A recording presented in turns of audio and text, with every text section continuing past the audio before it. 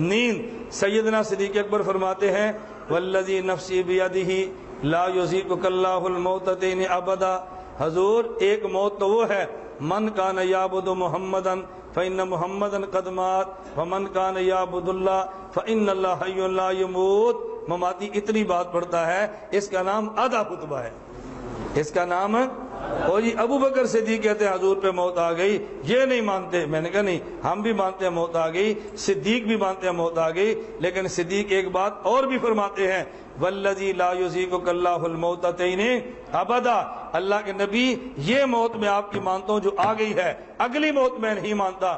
اگلی بات کون سی ہے؟ آپ صحیح بخاری اٹھائیں اور سیدنا صدیق اکبر کا یہی جملہ جلد اول صفحہ 117 پہ دیکھ لیں، اور اسی جملے کے تحت ابن حجر اسقلانی کی فتح الباری اٹھا لیں، بدر الدین آئینی کی عمدۃ القاری اٹھا لیں، الشیخ زکریا کی الکنز المتواری اٹھا لیں، آپ جتنی شروع حدیث دیکھیں گے تقریباً سب نے لکھا ہے مذہب اہل سنت والجماعت ان للمیت فی القبر موت و حیات غیر الانبیاء۔ اہل سنت والجماعت کا مذہب یہ ہے کہ قبر میں تمام مردوں کو حیات کے بعد موت ملتی ہے۔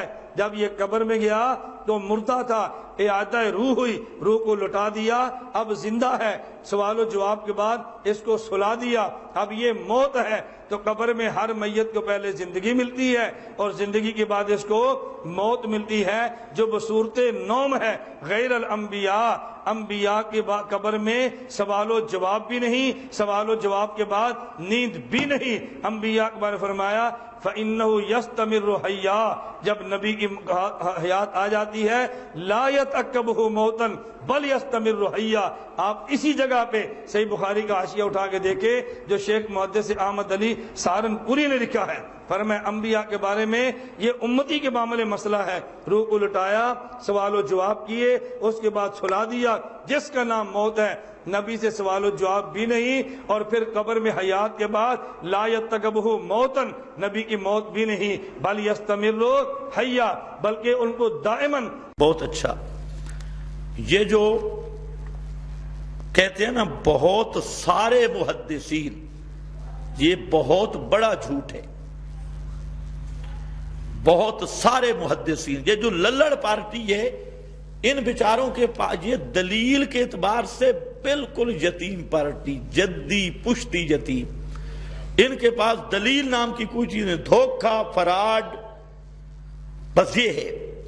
اب وہاں پر لفظ سامنے ہیں، وہی حدیث بخاری کی آپ سامنے رکھ لیں کہ حضرت ابو بکر صدیق نے آپ کی میت کو بوسہ دیا، اور بوسہ دے کر آپ نے کیا فرمایا؟ طبتا حیم و میتا، آپ زندہ تھے تب بھی خوشبودار، اب میت ہو گیا تب بھی خوشبودار۔ آگے فرمایا لا یجمع اللہ علیک الموتتین، اللہ تجھ پہ دو موتیں جمع نہیں کرے گا۔ کیوں؟ باہر سے کیا سن کے آ رہے تھے؟ حضرت عمر کی بات۔ حضرت عمر یہ کہہ رہے تھے کہ آپ کو بے ہوشی ہے، غشی ہے، اور ابھی آپ اٹھیں گے۔ حضرت صدیق اکبر نے کہا ردًا لقول عمر، سب محدثین نے لکھا، بہت ساروں نے نہیں، سب نے لکھا ردًا لقول عمر۔ حضرت عمر کہہ رہے تھے آپ پر غشی کی حالت ہے۔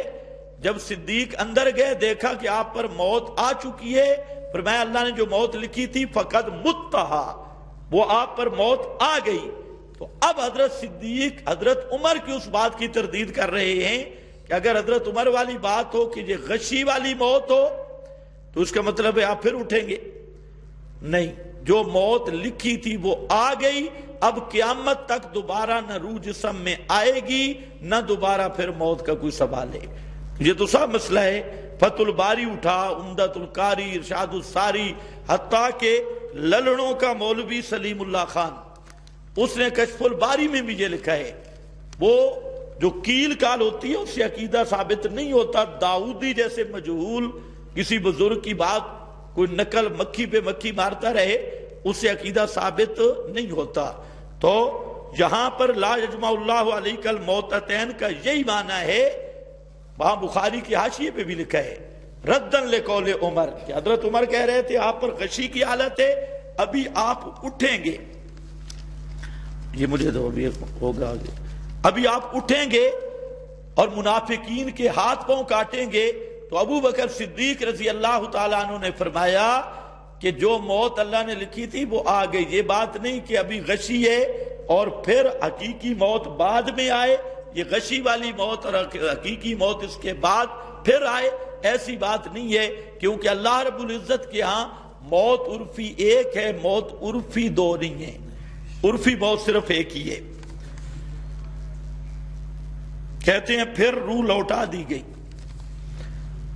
یہ للڑوں کا ایسا جھوٹ ہے کہ خود بھی مطمئن نہیں. ابھی تک یہ اہل بدعت کہتے تھے کہ نبی پاک کی روح نکلی نہیں ہے، پہلی کتابوں میں یہ لکھا.